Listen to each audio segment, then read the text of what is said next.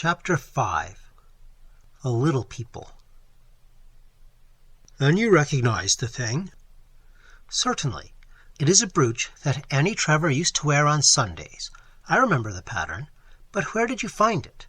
You don't mean to say that you have discovered the girl? My dear Vaughan, I wonder you have not guessed where I found the brooch. You have not forgotten last night already.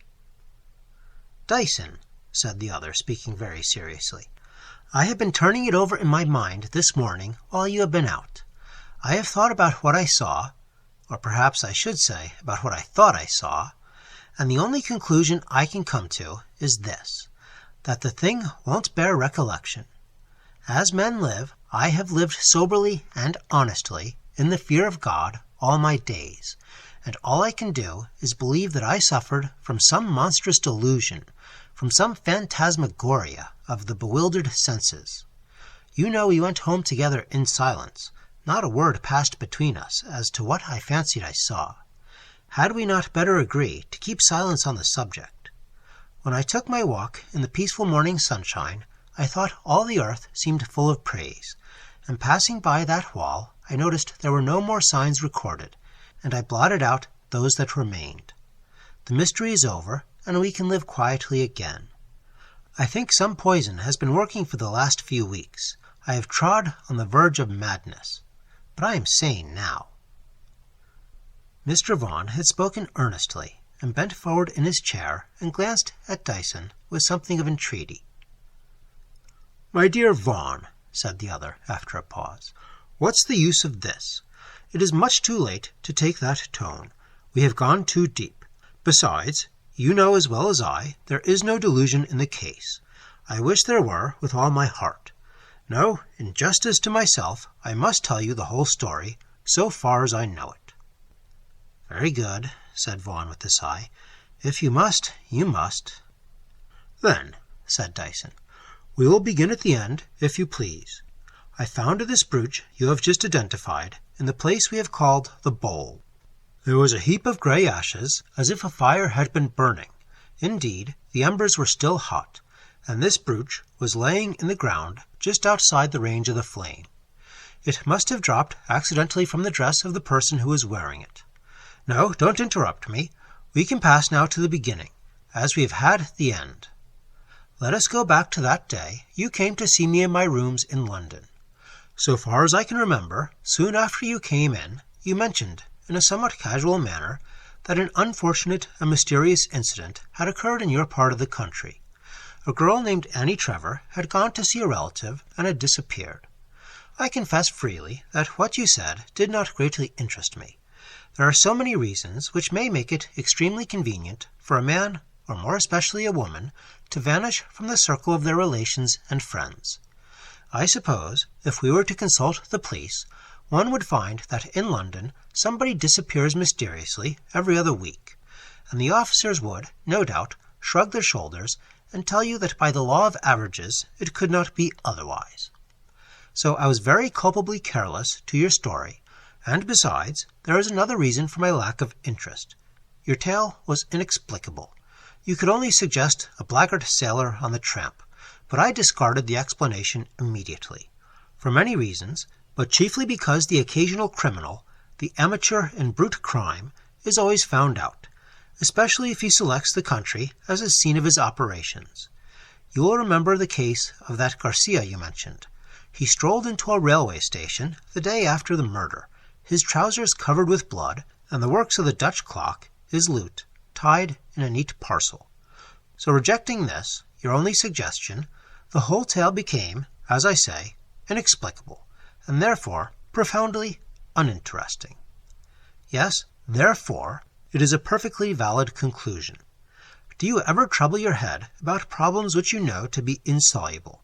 Did you ever bestow much thought on the old puzzle of Achilles and the Tortoise? Of course not, because you knew it was a hopeless quest, and so when you told me the story of a country girl who had disappeared, I simply placed the whole thing down in the category of the insoluble and thought no more about the matter. I was mistaken, so it has turned out. But if you remember, you immediately passed on to an affair which interested you more intensely, because personally.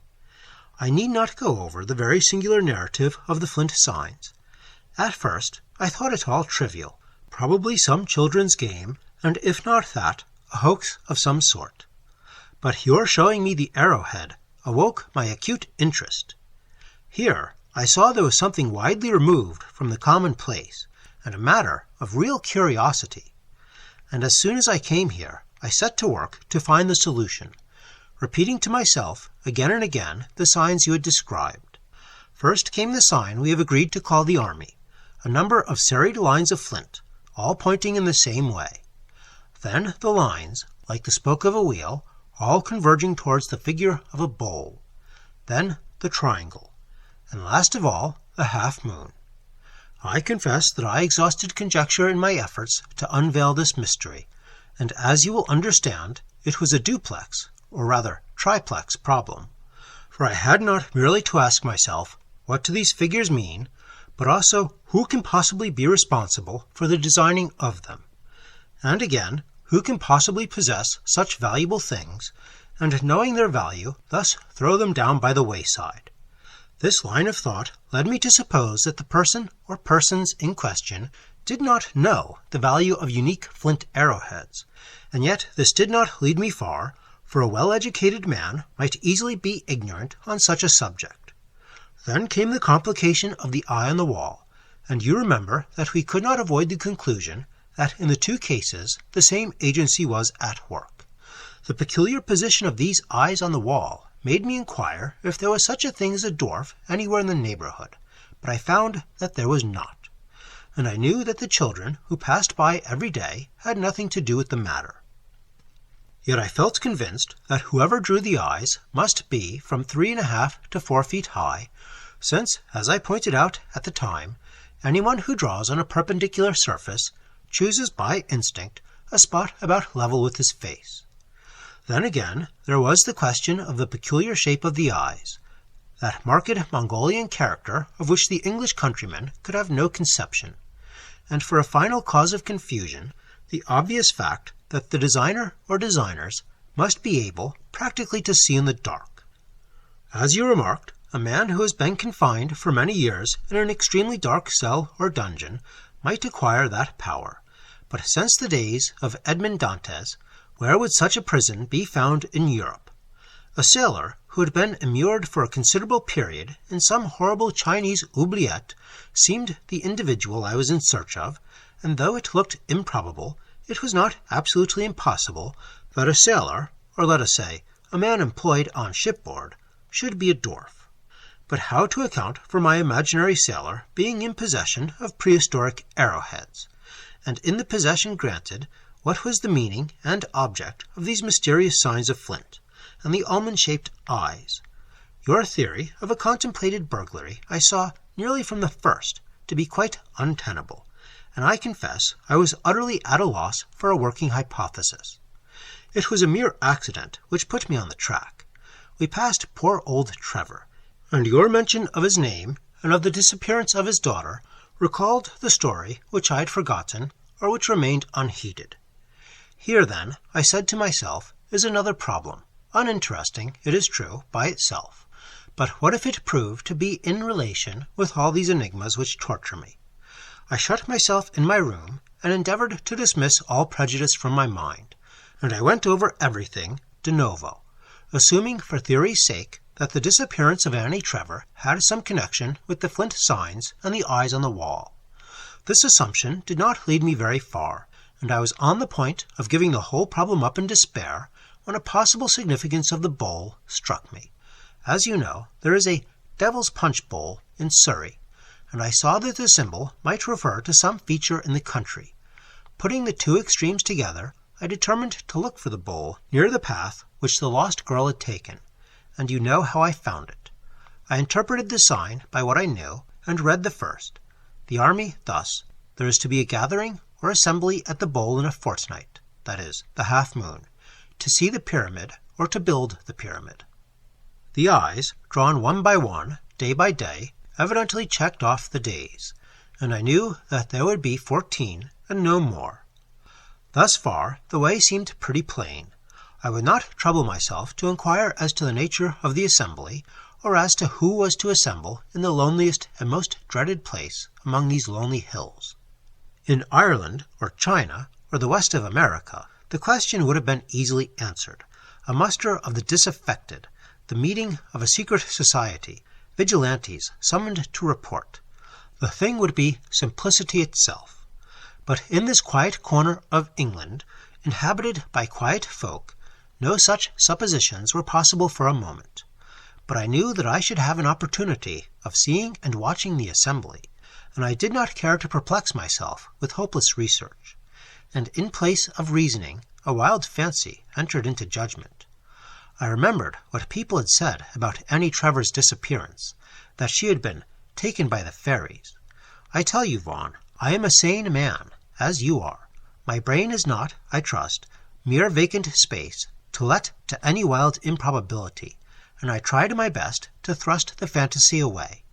And the hint came of the old names of fairies, the little people, and the very probable belief that they represent a tradition of the prehistoric Turanian inhabitants of the country, who were cave-dwellers.